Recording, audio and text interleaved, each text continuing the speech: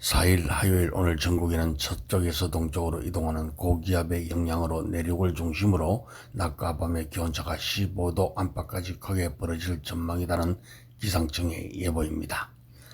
오늘의 뉴스는 대통령실은 재판중지법에 제동을 걸어 당내에서도 성급한 엇박자 잡음만 불러오는 오락가락하는 대응이 문제라는 뉴스를 전달합니다.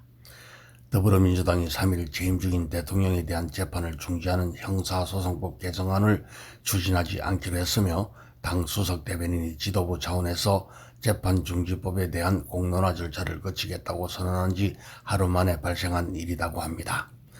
대통령실도 여당 대통령을 정쟁에 끌어들이지 말라고 요구한 가운데 당 지도부가 대통령실과 엇박자를 내며 잡음만 불러왔다는 지적이 나온다고 하네요. 박수현 민주당 수석 대변인은 이날 국회에서 브리핑을 열고 민주당은 지도부 간담회를 통해 국정안전법을 추진하지 않기로 의견을 모았다고 밝혔습니다.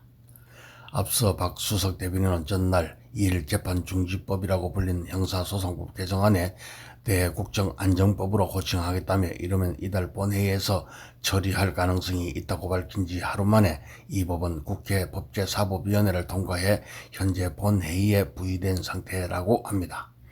박 수석 대변인은 법안 추진 철회 사유로 APEC 관세 협상 성과와 대국민 보고대 등에 집중할 때라는 데 의견을 모았다며 당 지도부를 통해 논의하고 대통령실과도 조율을 거친 사안이라고 했네요.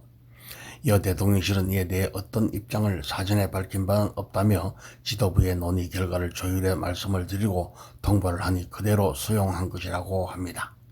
강훈식 대통령실 비서실장은 이날 브리핑에서 헌법상 현직 대통령에 대한 재판은 당연히 중단되는 것이니 입법이 필요하지 않고 만약 법원이 헌법에 위반해 종전의 중단 선언을 뒤집어 제기하면 그때 위헌 심판 제기와 더불어 입법해도 늦지 않다고 했네요.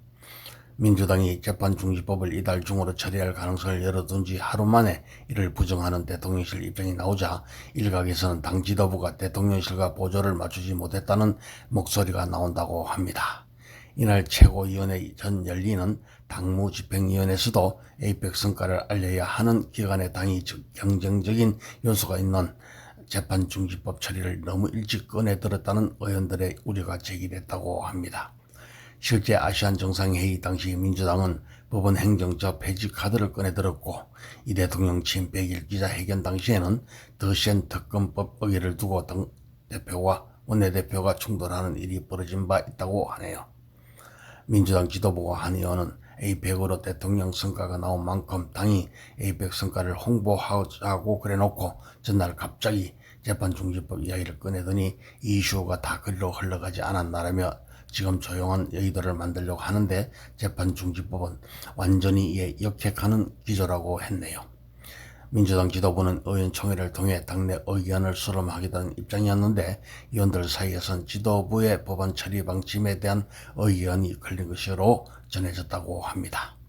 박홍근 의원은 전날 페이스북을 통해 다소 성급하고 오락가락한 대응 과정이라며 매우 성공적으로 치른 경주 APEC의 국가적 에너지가 자칫 불필요한 정쟁으로 소진될 뻔했는데 조기에 잘 정리한 것으로 보인다고 했습니다.